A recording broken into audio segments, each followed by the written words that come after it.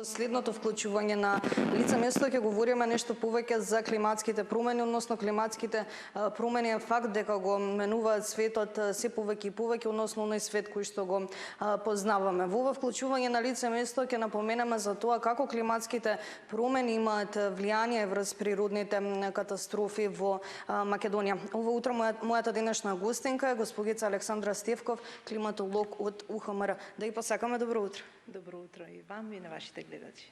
На самиот почеток веднаш ќе прашам како климатските промени имаат влијание врз природните катастрофи во Македонија. Да, тоа е актуелна тема која што насекаде во последно време се говори. За да дојдеме до тоа дека има климатски промени, прво треба да почнеме од нешто што се мери веќе долг низ на години, каде што државата вложува доста во управата за хидрометеоролошки работи и од првите мерења уште од 20-та година почнуваат, значи на оваа територија. Од 50-те години официјално мерењата за температурите и врнежите на целата територија покажуваат дека температурите околу 50-те години почнуваат да растат, меѓутоа потоа имаме 20-на години период каде што се намалуваат температурите и последните 20 години исклучителен пораст на температурата на воздухот, кој што како и насекаде во светот, така и кај нас се приметува. Од друга страна, врнежите забележуваме промена во просторната распределба.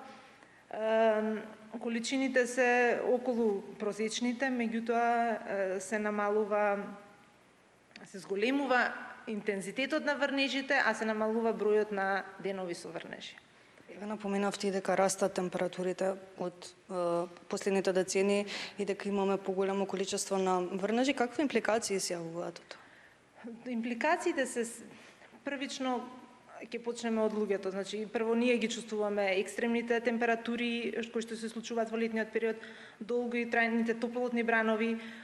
Климатските сценарии покажуваат дека топлотните бранови ќе се зголемуваат и ќе се зачестуваат и нивното траење ќе биде се поголемо. Едноставно човекот низ годините учиме како и ние да се прилагодиме и да се адаптираме на сите овие промени.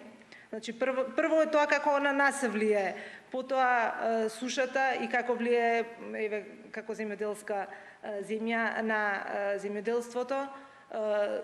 Сушите се позачестени, бројот на денови каде што ќе нема врнежи се според климатските сценарии се очекува дека ќе се зголеми. Од друга страна сето тоа влие и на појавата на пожари кои што последните години сме сведоци дека се почесто ги имаме. Противно на тоа, како што напоменав, се интензивните врнежи. Значи ќе имаме долг периоди каде што ќе нема врнежи, потоа наеднаш ќе се истури пороен интензивен дожд кој што носи од друга страна дополнителни штети на самото општество. Дали постојат подетални анализи за тоа какви идни климатски сценарии не очекуваат во Македонија? Да, климатските сценарии се правени за Република Македонија за ниско, високо и средно сценарио.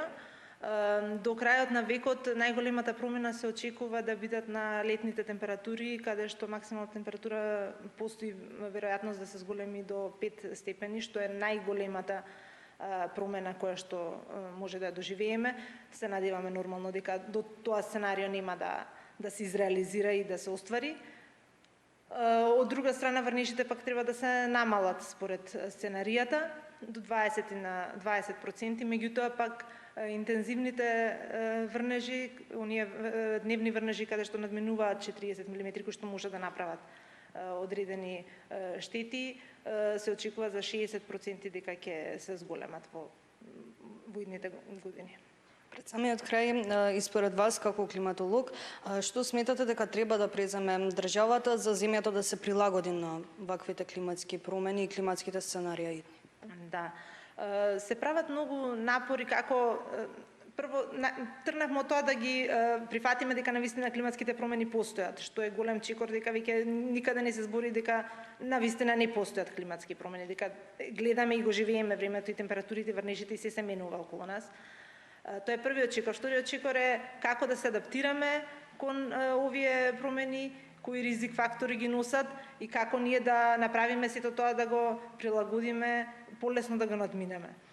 Институционалниот одговор кој што го дава државата последните години, значи вложува во сите тие институции кои што се надлежни за овие како полесно да се адаптираме на овие промени. Секако дека е особено важно и особено битно и значајно за сето ова. Ви благодарам многу за одвоеното време. Ви благодарам вам.